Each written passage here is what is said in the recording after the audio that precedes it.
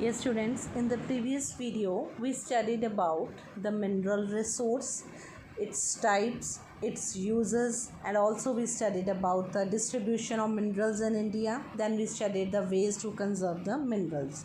Now we are going to study the power resources. Students, power or energy plays a very important role in our lives. We need power for industry, agriculture, transport, communication, and defense. The resources like coal, petroleum, etc., which provide us power energy, are known as power resources. Now, the power resources can be broadly classified into two types: conventional and non conventional resources. Conventional resources are those resources which we are using for a long period of time, which have been common and non renewable, such as firewood and fossil fuels. And non conventional resources are those resources which have been identified in the recent past, like solar energy, tidal energy.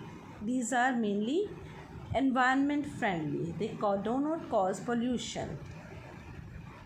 Now let's discuss these resources one by one. First we will study about the conventional resources. First conventional resource is firewood. Firewood is the most important resource of energy in rural India. More than 50% energy requirements is fulfilled by firewood in the villages of India, but the collection of firewood is time consuming. It also creates pollution and it promotes greenhouse effect due to deforestation. So firewood जो है वो villages में use होने वाला, mainly villages में ये use होता है energy resource, but it leads to cutting of trees and thus it creates greenhouse effect. Next resource is fossil fuels.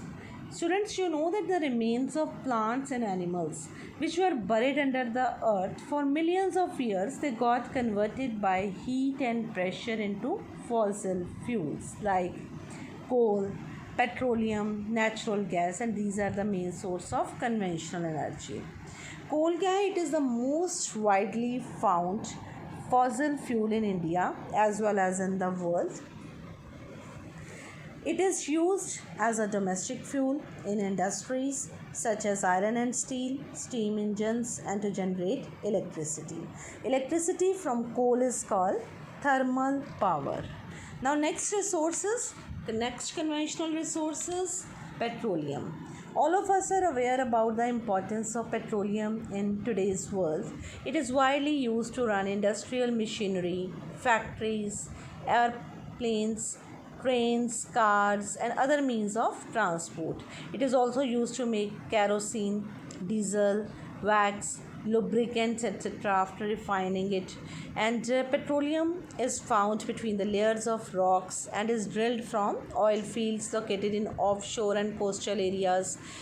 And the petroleum and its derivatives, they are called black gold. Why? Because they are very valuable. And the leading producers of petroleum in the world are Iran, Iraq, Saudi Arabia. These countries are the leading producers of petroleum. Now next is natural gas. Natural gas is found with the petroleum deposits and is released when crude oil is brought to the surface, and it is used as a domestic and industrial fuel. It can be easily transported through pipelines.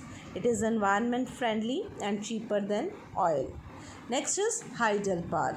Electricity generated from water is known as hydel power. So it is produced by water after falling from a height. Water is thrown from a height. The force of the falling water is used to produce electricity with the help of turbines. And 1/4 of the world's electricity is produced by hydel power. Children, the conventional sources of energy are limited. The rate at which the growing population is consuming these resources is far greater than the rate of their formation. So they are likely to be exhausted soon. So the need of the hour is to use non-conventional sources of energy like solar energy, wind energy, tidal energy. These resources are renewable. So let's discuss these resources. First is solar energy. All of us know that sun is the ultimate source of energy to all living things over the earth's surface.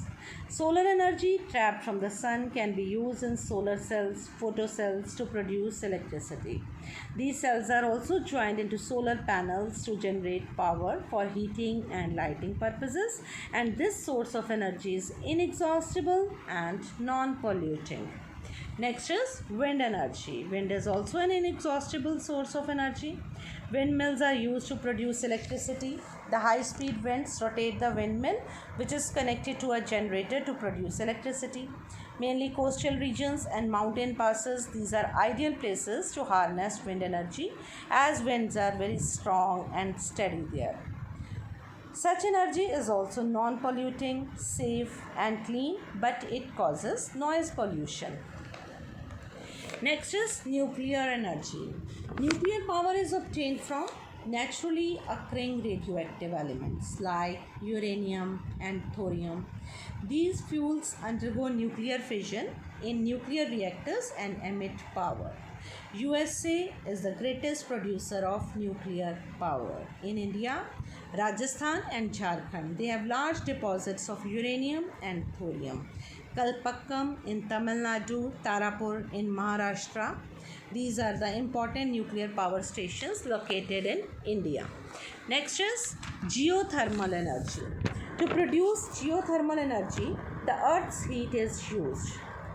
Students, as we go deep in the earth, the temperature rises, and at many places this heat energy may come to the surface in the form of hot springs.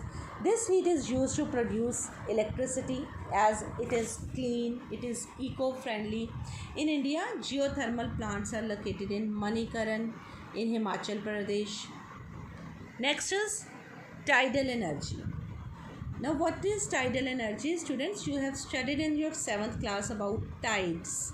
The seawater rises and falls at certain periods of time in a day due to the gravitational pull of sun and moon. This is called tide, and energy generated from tides is called tidal energy. During high tide, the energy of the tides is used to turn the turbine installed in the dam to produce electricity. It is pollution-free and inexhaustible source of energy.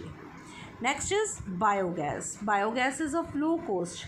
It is easy to operate. It makes use of bio-waste, but it causes greenhouse effect due to emission of carbon gas, farm waste, animal waste. These can be used to produce biogas. The organic waste is decomposed by bacteria in biogas digesters to emit biogas, which is essentially a mixture of methane and carbon dioxide. So students, here we have studied about the various power resources, conventional and non-conventional resources of power. We have studied about their uses, and students, we must use these resources in a very careful and judicious manner, as it is said that energy saved is energy generated.